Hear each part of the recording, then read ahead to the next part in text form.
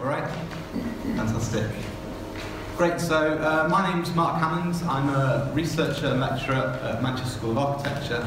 I'm one of the researchers on the Manchester City portion of the Ambition for Ageing programme.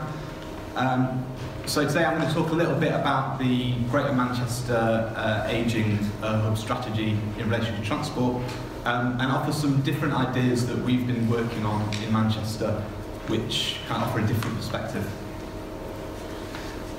So I'm sure, because I recognise most of you, which is quite scary, you'll know about age-friendly and what that means, but for those who don't, it's about the active participation of older people in the economic, the civic, the social and the cultural life of the city. So at the university we've been involved in Age-Friendly Manchester, then called Valuing Older People, for about 11 years now, back when I was still a student there even.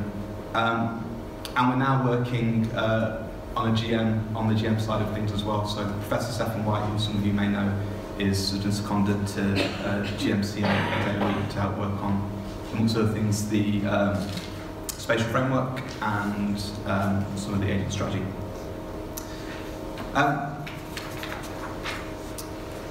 So this is a flower that some of you recognise, but I thought it would be worth bringing up again. So obviously transport is one of the 8 domains in the World Health Organisation's age-friendly platform. So the thing that's interesting about this for me is that it doesn't treat any of them in isolation. It recognises that transport is a really important component of a person's experience, and it affects things like how they're able to get involved in their communities on a social level. It affects their access to health and community support.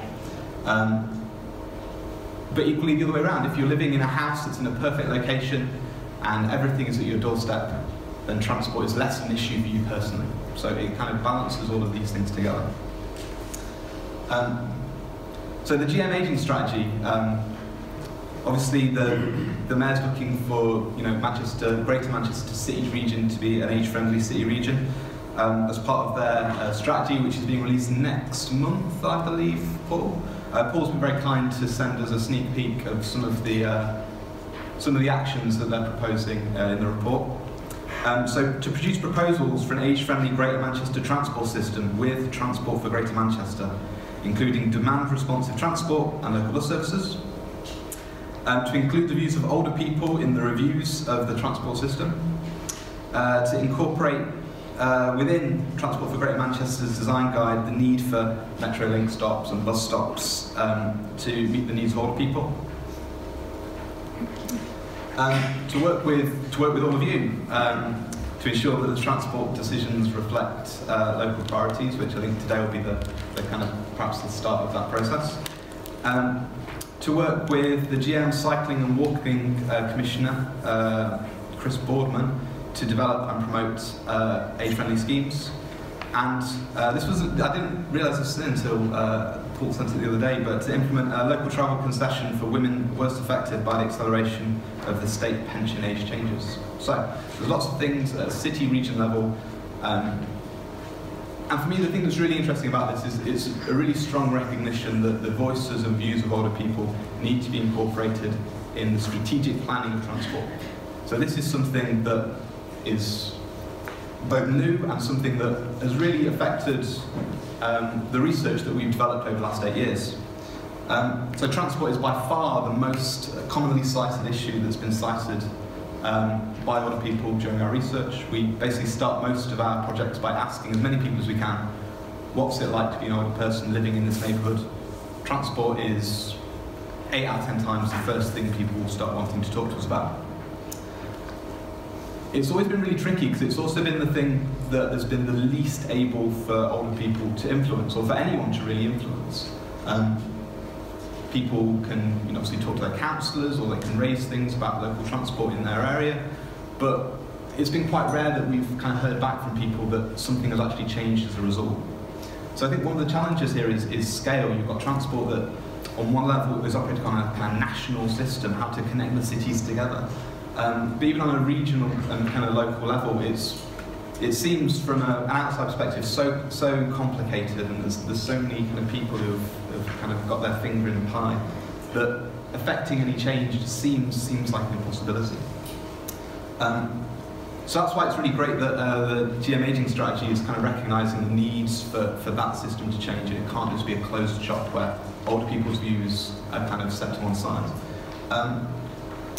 But I'm going to talk today about some of the work we've done as part of the Manchester Age Friendly Neighbourhoods project, which is Ambition for Ageing in Manchester.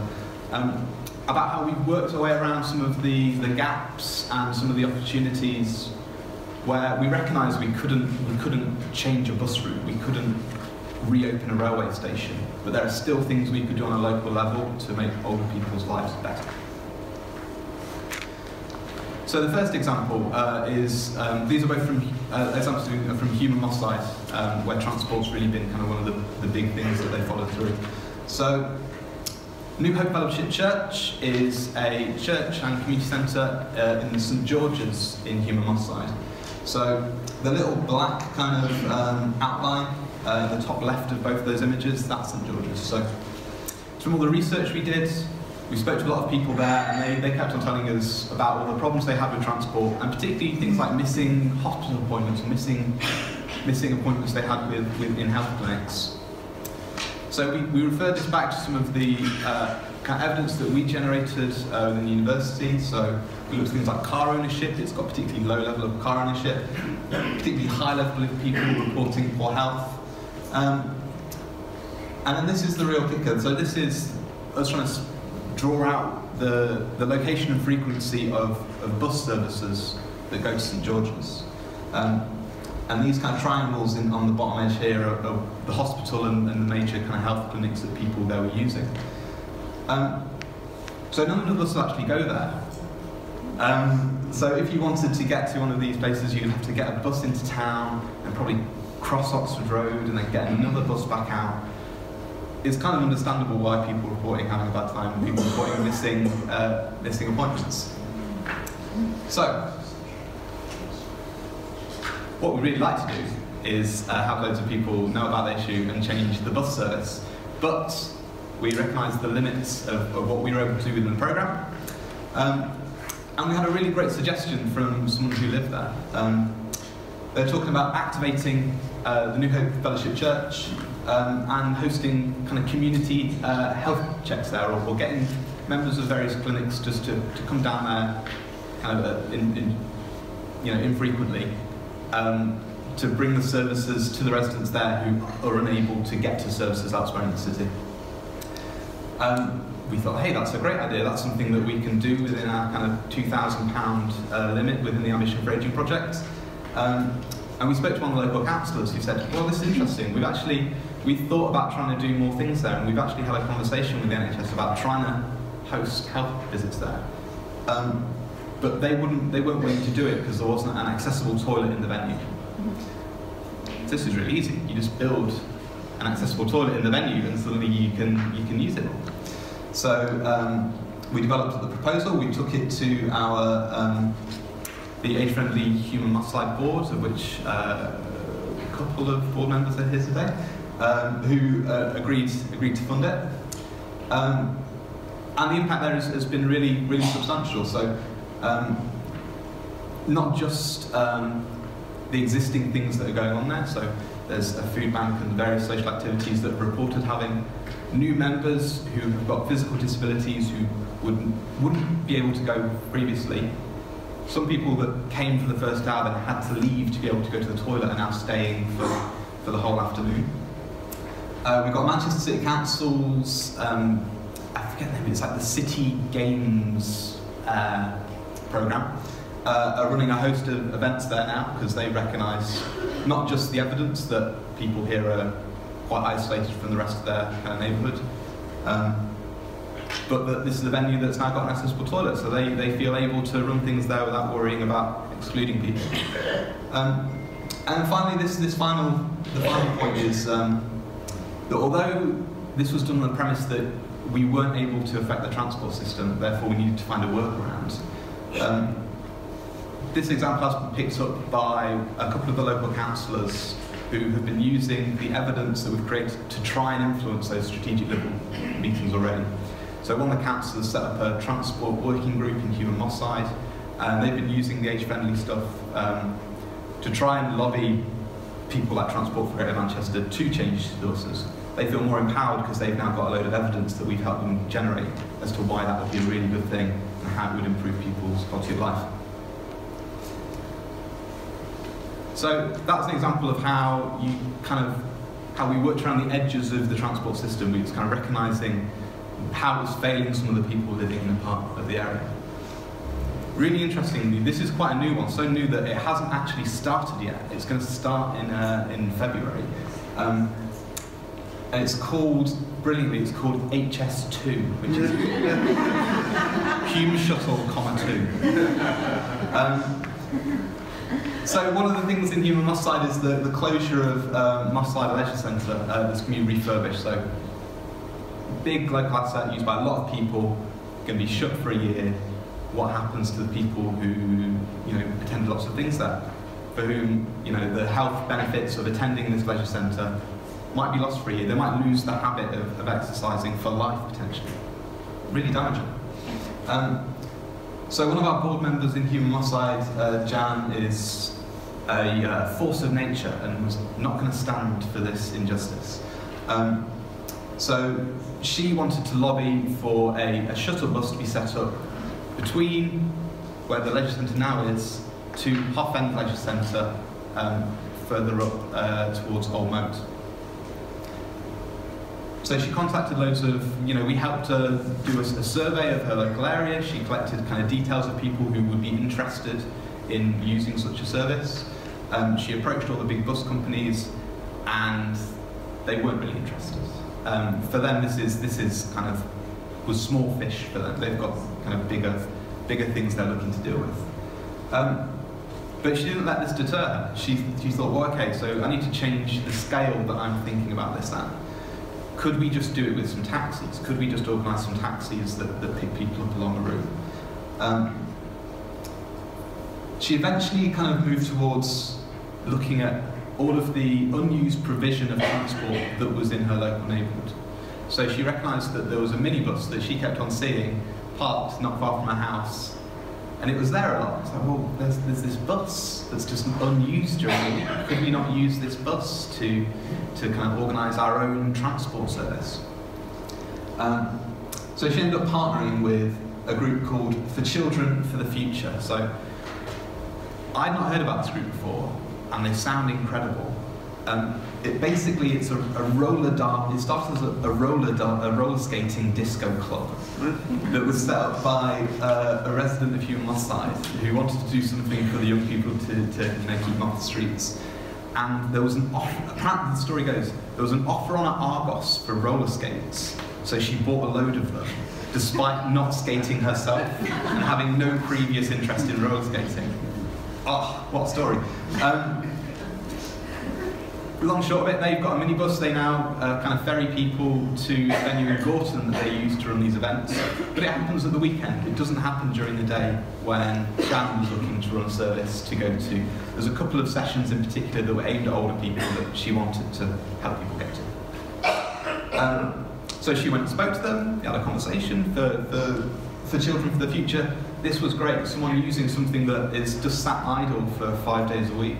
Perhaps someone who can help with the maintenance costs that currently only they kind of meet themselves.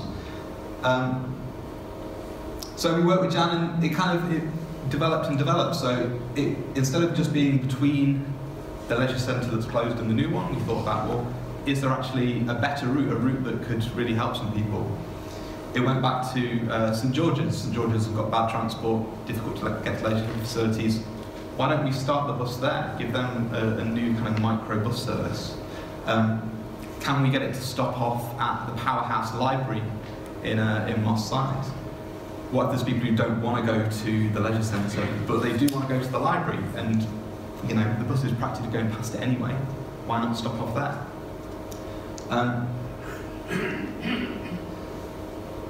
So the board said, okay, as a pilot, this sounds really interesting. We can help kind of basically provide a cushion. They're going to charge people a fee to use the bus, but we can provide a cushion for the risk if no one comes who's on the who's down for the payment for it. So UMass Board said, well, we're willing to cover the pilot, give it a month or so, and then we'll see how sustainable it is and how we can support it going forward. Luckily, straight away, the Manchester City Council Enablers team have kind of said this fits in a lot of our problems. We recognised that it was going to be a problem for older people getting to leisure facilities, but equally we knew that we couldn't lobby the bus companies to change a bus route for us. So they've said if the pilot's successful, they're willing to keep on maintaining it for the rest of the year while the leisure centre is closed. So for me, the interesting thing here is it's about scale. It's about kind of really local knowledge that Jan and the people that she worked with have, making a really local response. So we were only talking about 15 or 20 people who were going to use this shuttle bus. But together they were able to meet a need that a big transport company who are looking at a regional scale wouldn't be able to respond to. So would you ever get an hourly bus service going this route? Probably not. It's probably kind of not financially viable for someone to do it, and without subsidy, which we didn't have available. But a kind of curated route with a timetable that literally matches with the start of the exercise class, that's something that's more feasible. And this final thing was really interesting. I was kind of really pleased to hear that Jan had started working with this community group who had a minibus instead of just hiring some taxis. Because for Jan and for other people, it's about doing good in their community. It's about supporting another voluntary group in their area. It's about making good use of investments that have already been made into the local community. And it's about building relationships with different partners. So now Jan's got a relationship with this youth group. They can use the youth group to advertise their bus service. It's all kind of linking together. So as a really brief summary, it's really great that at the GM level there's a recognition that older people should be able to influence the transport systems that they experience that affect their quality of life. But I think it's also really important to think about the opportunities and gaps that are left within the transport system. We would all love to have a perfect transport system that met every one of our needs, but sometimes it's important to recognise the gaps within it and how we can best kind of respond to them. And the thing about the two examples that I shared today is that I think it really requires a kind of genuine resident-led partnership to support these projects coming forward. So Jan having the idea of setting up this new bus route, it was because she could take it to a board of other residents who are really active and really know about their local area. It's that Jan could take it to the council who she had a relationship with as part of the partnership and get their support. I just think if this wasn't to exist and she was to decide by herself that this was what she wanted to do, it would have been a lot harder for her to get where she's got today. Right, so that's me done. Thank you very much.